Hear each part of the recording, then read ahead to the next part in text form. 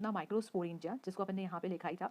इस माइक्रोस्पोरेंजिया के स्ट्रक्चर को अगर डिटेल में देखा जाए तो वो 4 पार्ट कंसिस्ट करता है। पहला है एपिडर्मिस, दूसरा एंडोथीसियम, मिडल लेयर और लास्ट वन इज टेपिटम। क्या है एपिडर्मिस? सबसे पहले डिटेल में अपन एपिडर्मिस ले रहे हैं। एपी एपी मीन्स अपर या आउटर बोला जाता है।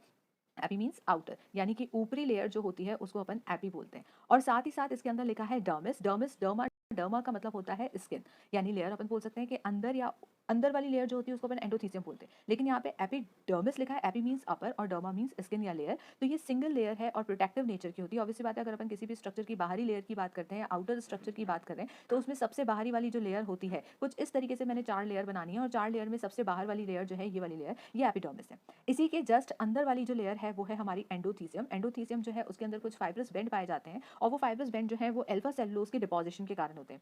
अल्फा सेलुलोज जब यहाँ पे डिपॉजिट होना चालू हो जाएगा तो यहाँ पे एंडोथीसियम का फॉर्मेशन हो जाएगा। तो यहाँ पे लिखा है कि dehiscence of anther caused by stretching of the cell in the dry atmospheric condition. Dry atmospheric condition का मतलब क्या हुआ कि जब आपके यहाँ ह्यूमिडिटी की कमी होगी और वाटर की रेशियो का जो है अमाउंट वो कम होता जाएगा तो फिर एंथर जो है वो दहीज हो जाएंगे और फट जाएंगे। मिडिल लेयर जो है वो कम से कम 1 से लेकर के 3 लेयर जब एक साथ इकट्ठी हो जाती है तो वो मिडिल लेयर का फॉर्मेशन करती है। ये भी दहीज करने में या फटने में मदद करती है एंथर को। ये प्रोटेक्टिव नेचर की होती है लेकिन इनकी लाइफ स्पेन जो होती है वो बहुत ही कम होती है, वो शॉर्ट लाइफ स्पेन होती है।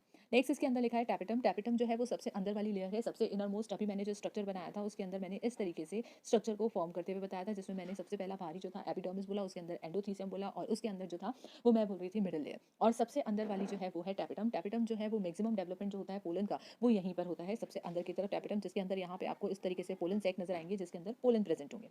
साथ ही साथ इसके अंदर डेंस साइटोप्लाज्म और बहुत सारे न्यूक्लियर, प्रोमिनेंट न्यूक्लियर पाए जाते हैं जो कि आगे जाकर के मेच्योर टैपिटल सेल के अंदर चेंज हो जाते हैं और वो आगे जाकर के मल्टी न्यूक्लियर होते हैं क्योंकि वहाँ पे क्या हो रहा है, डिवीजन हो रहा है। तो मैक्सिमम डेवलपमेंट जो देखने को मिलेगा वो आपको कहाँ पे देखने को मिलेगा, टैपिटम के अंदर देखने को मिलेगा।